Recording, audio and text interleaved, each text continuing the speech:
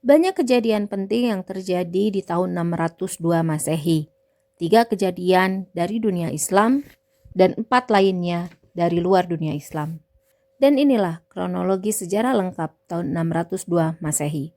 Yang pertama ada kelahiran Ummu Kulsum putri Nabi Muhammad SAW. Kemudian yang kedua adalah lahirnya Sa'ad bin Abi Waqqas radhiyallahu anhu. Dan yang ketiga adalah lahirnya Muawiyah bin Abu Sufyan radhiyallahu anhu. Dari luar dunia Islam, yang terjadi pada tahun 602 Masehi adalah kedatangan pemukim India di daerah Prambanan. Yang kedua adalah pemberontakan terhadap Mauritius, Kaisar Romawi Timur. Ia melarikan diri ke Chalcedon, sementara Phocas dinyatakan sebagai kaisar. Lalu Mauritius dan putra-putranya dihukum mati. Kejadian berikutnya adalah serangkaian perang antara Romawi Timur dan Persia Sasan. Dan yang terakhir adalah penawanan An-Nu'man bin Al-Munzir Al-Lakhmi, penguasa kaum Al-Lakhmi Al-Hirah oleh Kisra II. Dan inilah kisah lengkapnya, kronologi sejarah tahun 602 Masehi.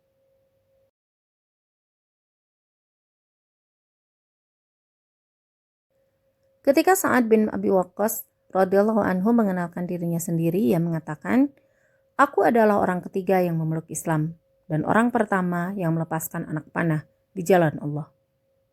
Nama lengkapnya adalah Sa'ad bin Abi Waqqas bin Wahib bin Abdi Manaf.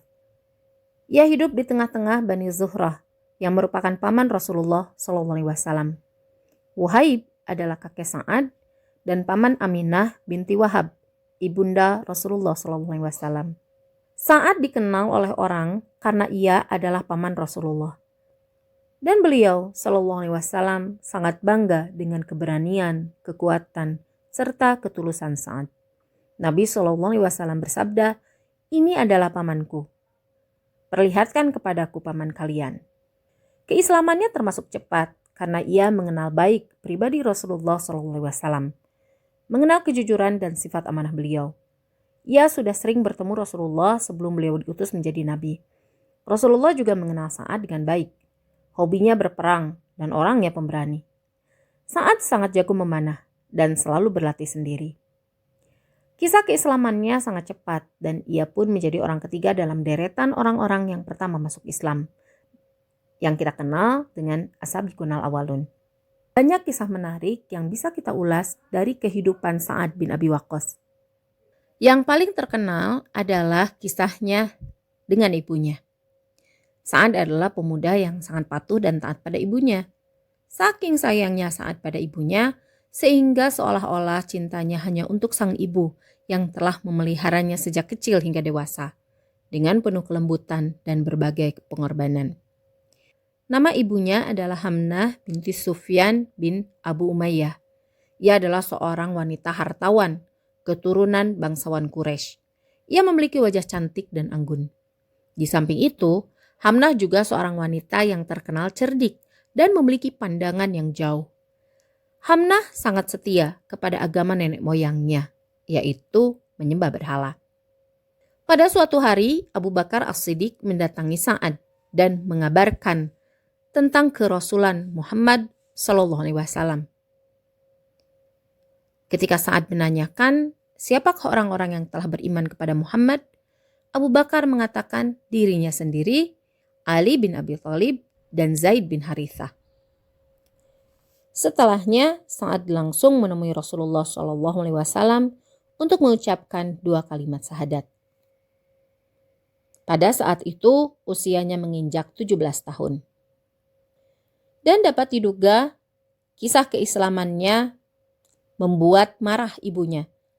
Bahkan, ibunya mengancam bahwa ia tidak akan makan dan minum sebelum Sa'ad meninggalkan agamanya. Namun, di luar dugaan, Sa'ad menjawab, "Demi Allah, aku tidak akan meninggalkan agamaku." Karena sang ibu tahu betapa Sa'ad sayang kepada dirinya, ia mengira hati Sa'ad akan luluh jika melihatnya dalam keadaan lemah dan sakit, sehingga ia bersikeras untuk melakukan mogok makan. Namun, Sa'ad lebih mencintai Allah dan Rasul-Nya. Ia mengatakan, "Wahai ibunda, demi Allah, seandainya engkau memiliki 70 nyawa dan keluar satu persatu, aku tidak akan pernah mau meninggalkan agamaku selamanya." Tegas Sa'ad. Akhirnya, ibunya lah yang menyerah. Ia tahu Sa'ad tidak akan menuruti keinginannya. Meskipun peristiwa ini membuatnya dirundung kesedihan sekaligus kebencian.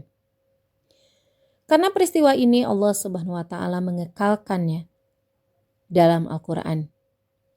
Surat Luqman ayat 15 yang artinya, "Dan jika keduanya memaksamu untuk mempersekutukan denganku sesuatu yang tidak ada pengetahuanmu tentang itu, maka janganlah kamu mengikuti keduanya. Dan pergaulilah keduanya di dunia dengan baik." Kisah lain selain baktinya kepada orang tua adalah kisah Sa'ad dengan keberaniannya dalam peperangan membela agama Allah. Karena itulah dalam memperkenalkan dirinya, Sa'ad mengatakan ia orang pertama yang melepaskan anak panah dalam membela agama Allah. Sekaligus ia juga orang yang mula-mula terkena anak panah di jalan Allah. Ia hampir selalu menyertai Nabi SAW dalam setiap pertempuran. Sa'ad jugalah satu-satunya orang yang dijamin oleh Rasulullah SAW dengan kedua orang tua beliau. Ini terjadi dalam perang Uhud.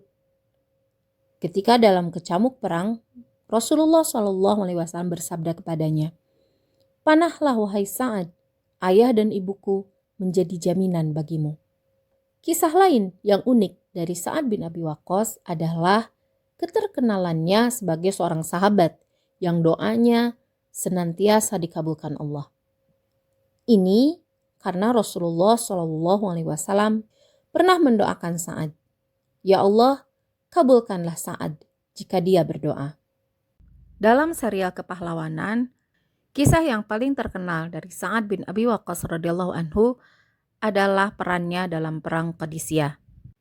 Di abad ke-7 Masehi, tepatnya tahun 636, sebuah pertempuran epik terjadi di tanah yang subur antara sungai Efrat dan Tigris. Ini adalah perang Qadisiyah, sebuah peristiwa yang menandai titik balik dalam sejarah Islam dan mempengaruhi nasib wilayah Persia. Pada masa itu, wilayah Persia di bawah kekuasaan Kekaisaran Sasania memegang kendali kuat atas kawasan tersebut. Namun, pasukan Muslim yang dipimpin oleh Sa'ad bin Abi Waqqas sebagai bagian dari ekspansi Islam di bawah kepemimpinan Khalifah Umar bin Khattab telah memutuskan untuk menaklukkan wilayah tersebut. Sedangkan Kekaisaran Sasania harus mempertahankan wilayah serta kekuasaan bangsa Persia pra-Islam yang telah berdiri selama beberapa abad.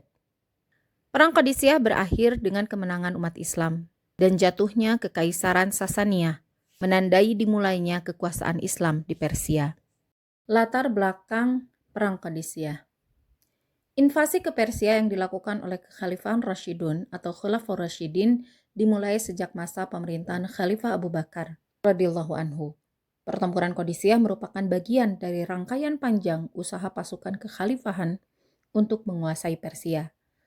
Usaha penaklukan Persia dimulai pasukan Islam di bawah kekhalifahan Umar bin Khattab radhiyallahu anhu dengan mengirim panglima militer Musanna bin Harithah radhiyallahu anhu pada tahun 636 Masehi. Saat itu, Kekaisaran Sasania di bawah kekuasaan Yazdajir III tengah didera gejolak internal akibat perebutan kekuasaan dan permasalahan ekonomi penduduknya. Selain itu, posisi Kekaisaran Sasania juga semakin tidak menguntungkan karena beberapa wilayahnya dikuasai oleh Kekaisaran Romawi Timur atau Bizantium, pimpinan Heraklius. Kronologi pertempuran.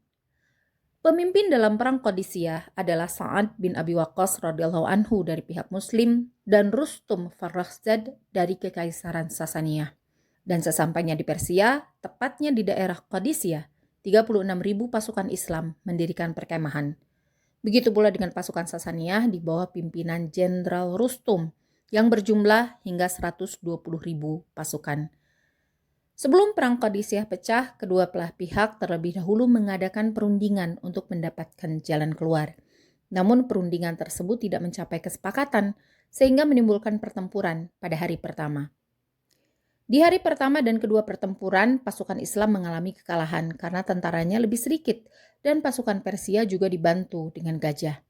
Dan pada hari ketiga, pasukan Islam di Qadisiyah mendapatkan tambahan pasukan Islam yang selesai bertugas dari Perang Yarmuk di Suriah di bawah pimpinan Panglima Perang Khalid bin Walid.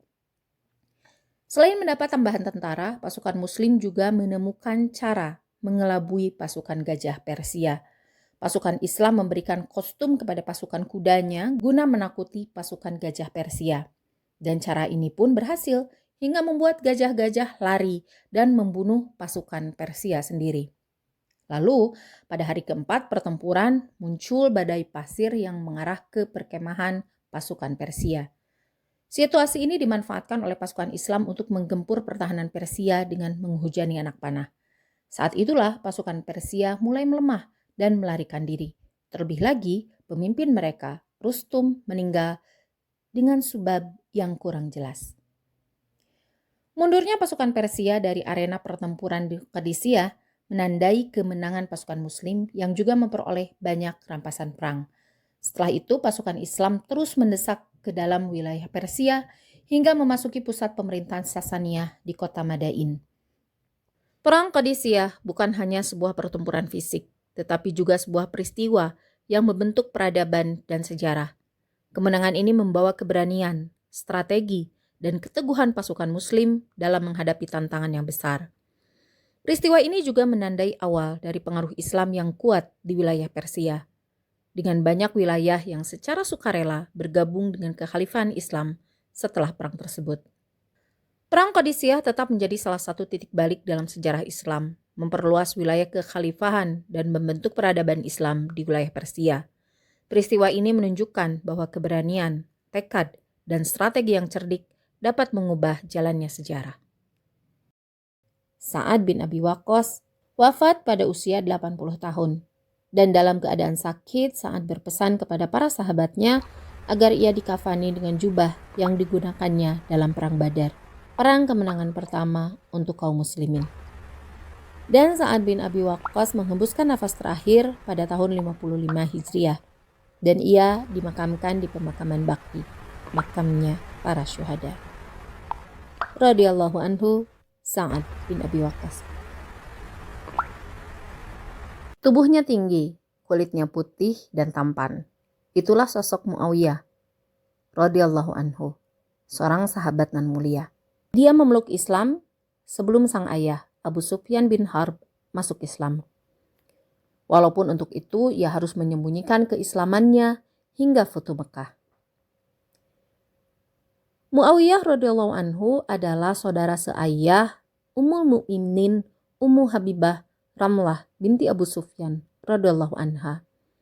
Ayahnya Abu Sufyan radhiyallahu anhu termasuk pemuka Quraisy. Begitupun ibunya Hindun binti Utbah bin Rabi'ah bin Abdi Syams bin Abdi Manaf al-Umayyah al-Quraisyah radhiyallahu anha adalah sosok wanita pejuang di masa jahiliyah dan di masa setelah masuk Islam. Muawiyah adalah orang yang pandai menulis, ahli hisab, dan fasih berbicara. Dia memiliki kecerdasan dan sifat wibawa.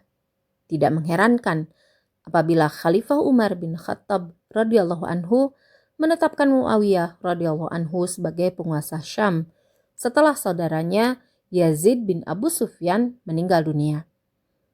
Penetapan ini terus berlanjut hingga masa kekhalifahan beralih kepada Utsman bin Affan radhiyallahu anhu. Muawiyah memangku keamiran selama 20 tahun dan 20 tahun pula memangku jabatan khalifah. Semasa Rasulullah SAW hidup, Zaid bin Thabit radhiyallahu anhu adalah penulis wahyu dan Muawiyah adalah sekretaris untuk urusan Nabi SAW dengan kalangan orang Arab. Muawiyah radhiyallahu anhu menuliskan urusan-urusan Rasulullah SAW. Beliau adalah sosok sahabat yang dekat dengan Rasulullah. Muawiyah radhiyallahu anhu adalah orang hebat, sahabat Rasulullah. Muawiyah radhiyallahu anhu adalah salah satu sahabat Rasulullah, orang hebat yang mendapatkan kezaliman dari orang-orang setelahnya, dari kaum kafir maupun kaum munafik. Ia banyak dibenci oleh orang-orang. Padahal Rasulullah SAW sendiri banyak berdoa kebaikan untuk Muawiyah radhiyallahu anhu. Salah satunya adalah doa Rasulullah SAW, "Ya Allah, karuniakanlah ilmu kitab dan hisab kepada Muawiyah, serta selamatkan dari siksa neraka." Rabi'ah bin Yazid radhiyallahu anhu menyebutkan bahwa dirinya telah mendengar seorang sahabat bernama Abdurrahman bin Abi Amirah radhiyallahu anhu berkata, "Saya telah mendengar Rasulullah SAW berdoa untuk Muawiyah. Ya Allah, jadikanlah dia sebagai orang yang memberi petunjuk, yang diberi petunjuk, dan berilah ia petunjuk kepadanya." Hadis riwayat At-Tirmizi dan dinyatakan sahih oleh Asy-Syaikh Al-Albani dalam Shahihah nomor 1969. Golongan orang-orang yang membencinya dari kalangan Sabaiyah atau pengikut ajaran Abdullah bin Sabah. Kaum Sabaiyah yang sekarang dikenal sebagai kaum Syiah Rafidhah tak semata-mata mencaci maki Muawiyah. Mereka pun mencela dan melaknat pula para sahabat yang lain. Perbuatan mencela dan melaknat para sahabat ini tak akan pernah berhenti. Bahkan akan terus mereka lakukan. Ini karena apa yang mereka perbuat diyakini sebagai ibadah. Padahal perbuatan mereka sangat bertentangan dengan sabda Rasulullah SAW yang melarang mencela seorang pun dari para sahabatnya. Beliau bersabda, "Janganlah kalian mencela salah seorang pun dari sahabatku. Sungguh, andai salah seorang dari kalian menginfakkan emas semisal gunung Uhud, niscaya tidak akan bisa menyamai salah satu dari sahabat satu mud pun, dan tidak pula bisa menyamai setengahnya." Hadis riwayat Muslim nomor 2541. Hadis dari Abu Hurairah radhiyallahu anhu dan lainnya.